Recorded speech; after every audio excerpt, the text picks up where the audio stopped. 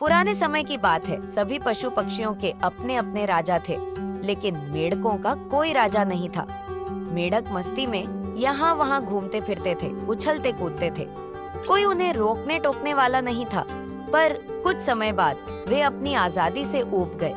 उन्होंने सोचा, सबका अपना अपना एक राजा है, तो मेढकों का भी एक राजा होना चाहिए जो अच्छी तरह राजकाज करे और सब मेढकों का ख्याल रखे।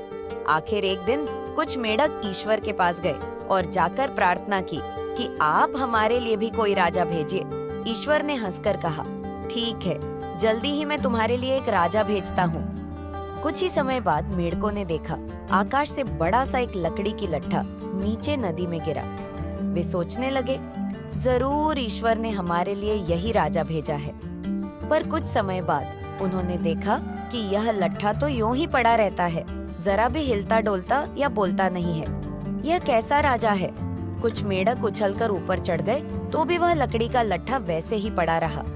अब मेढकों को बड़ा गुस्सा आया। वे ईश्वर के पास जाकर बोले, हमें ऐसा राजा नहीं चाहिए, हमें तो ऐसा राजा चाहिए जो हम पर शासन करे। मेढकों की बात सुनकर ईश्वर को गुस्सा आ गया। बोले, ठीक है, मैं ऐसा ही राजा भेजता हूँ जो तुम पर शासन करेगा और जिससे तुम डर कर रहोगे।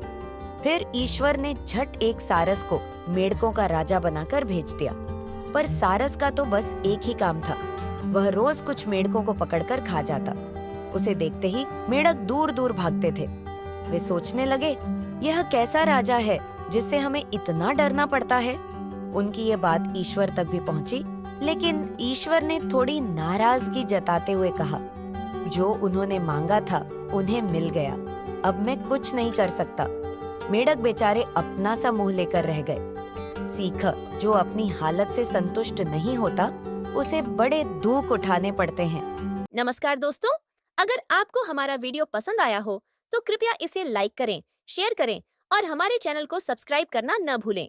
सब्सक्राइब करने के बाद बेल आइकन को दबाना न भूलें ताकि आपको हमारे नए वीडियो की नोटिफिकेशन सबसे पहले मिले। आपका समर्थन हमारे लिए बहुत मायने रखता है। धन्यवाद।